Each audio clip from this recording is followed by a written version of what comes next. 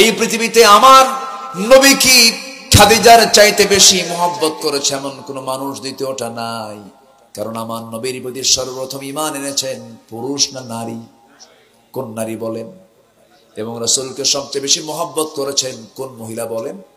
খাদিজা। রাসূল জীবনে যত দোয়া করেছেন প্রত্যেকটা দোয়ায় খাদিজার নামটা নিয়েছে।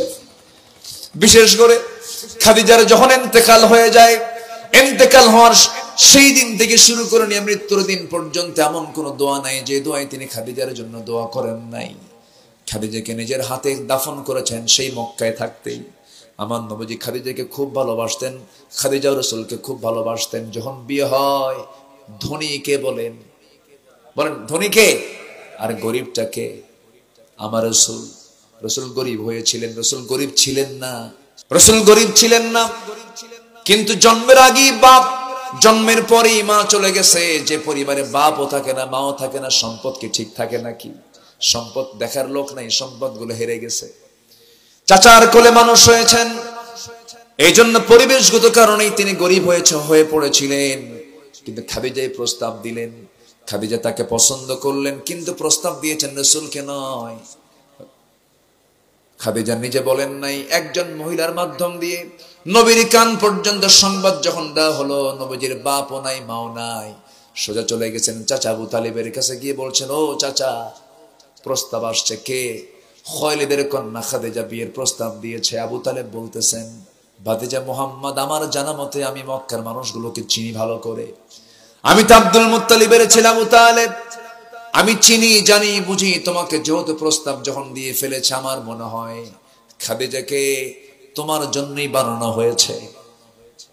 কে বলতেছে? চাচা আবু তালেব। যদিও কাফের, কিন্তু নবীর পক্ষের মানুষ না, বিপক্ষের মানুষ, পক্ষের মানুষ। জানেন আবু তালেবের জন্য আমার কেমন যেন লাগে মাঝে মাঝে। আরে রাসূল থেকে ভাষা শিখিয়েছেন, ব্যবসা শিখিয়েছেন, বিয়ে করাইছেন, জেল পর্যন্ত খাটছেন, কিন্তু এরপর আবু তালেব জান্নাতি না জাহান্নামী? কি নাই? কি নাই বলেন? কি নাই? খুব আফসোস লাগে আমার মাঝে মাঝে এই কথাগুলো বলতে নিয়ে। এ আবু তালেব বললেন, মুহাম্মদ কোন চিন্তা করো না, চোখ বন্ধ করে তুমি রাজি হয়ে যাও, বিয়ে করে ফেলো। বিয়েটা হয়ে গেল। মক্কার ধনী মানুষগুলো সবাই মিলে বলা বলি শুরু করলো, খাদিজা একটা কাজ করলো নাকি, টাকা নাই পয়সা নাই এমন একজন গরিব মানুষ তার স্বামী হলো, এরকম বলে না, অনেক সময় বলে না। খাদিজার কানে যখন সংবাদটা চলে গেল, মক্কার সমস্ত ধন কুবেরদের ডাকলেন, সব ধনীদের ডাকলেন। সেই সময় টপ ওয়ানে ছিলেন খাদিজা, মক্কার সবচেয়ে ধনী মানুষ ছিলেন, সবচেয়ে ধনী নারী ছিলেন তিনি। ব্যবসা বাণিজ্য বুঝতেন, এক্সপোর্ট ইম্পোর্টের ব্যবসা তিনি করেছেন। একজন নারী হওয়ার পরও তিনি ব্যবসার জ্ঞান জানতেন, ব্যবসা বুঝতেন। বাবার কাছ থেকে সম্পদ পেয়েছেন, আগের স্বামীদের কাছ থেকে সম্পদগুলো পেয়ে সম্পদের পাহাড় হয়ে গেছে, সবগুলো জমা হয়ে গেছে। যখন সমস্ত ধনীরা যখন এমন রিপোর্ট করলো নবীর বিরুদ্ধে, আমার নবীজির প্রাণপ্রিয় স্ত্রী খাদিজা সবাইকে ডাক দিলেন, সব ধনীদেরকে ডাক দিলেন। সেই সময় পর্দার আয়াত নাজিল হয় না, সবাইকে ডাক দিয়ে বসালেন। বসে বলছেন, তোমরা আমার স্বামীর ব্যাপারে কি রিপোর্ট করো বলো তো? কেউ ভয়ে কথা বলে না, কারণ ধনীকে কে কে বলেন, কে? ধনীদের একটা প্রভাব আছে না? প্রভাব আছে, সব চুপচাপ শুনতেছে। এবার খাদিজা নিজেই বলতেছেন, শোনো, আমি আমার স্বামী হিসেবে যাকে পেয়েছি সেই স্বামী মুহাম্মদ আহমদকে নিয়ে আমি তোমাদেরকে 4টা প্রশ্ন করতে চাই। নাম্বার 1 হলো, আমার স্বামীর চরিত্র কেমন? সবাই বলে ফার্স্ট ক্লাস, জীবনে একটা মিথ্যা কথা তার মুখ থেকে বের হয় নাই। খাদিজা বলছেন, নাম্বার 2 প্রশ্ন হলো, আমার স্বামীর চেহারা কেমন? আমাদের জীবনে মুহাম্মাদের মতো সুন্দর চেহারার মানুষ আমাদের দ্বিতীয়টা চোখে পড়ে নাই।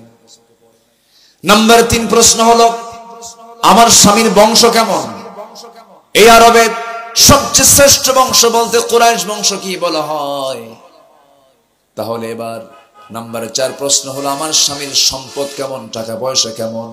এবার গলা ঝাড়া দিয়ে সবাই মিলে বলতেছে, এই জন্যই তো মানা করছিলাম, টাকা নাই পয়সা নাই।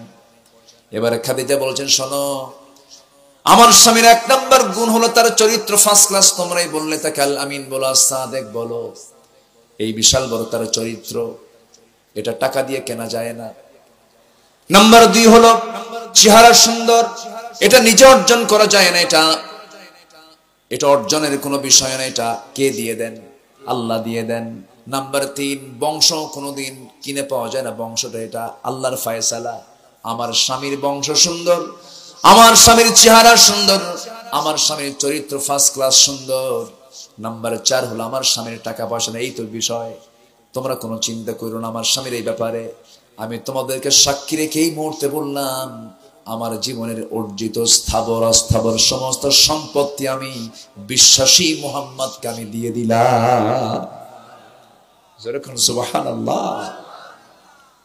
এই ভক্ত ছিলেন তিনি, স্বামীকে খুব মহব্বত করতেন। স্বামীকে মহব্বত করার দরকার আছে না নাই? যে স্বামীর কাছে আপনার যৌবন দিলেন, আর কি রাখবেন আপনি? যৌবনটাই দিয়ে দিয়েছেন যার হাতে, তাকে আপনি জীবন দিয়ে ভালোবাসা উচিত, মহব্বত করা উচিত। স্বামী তার স্ত্রীকে মহব্বত করবে, স্ত্রী তার স্বামীকে মহব্বত করবে।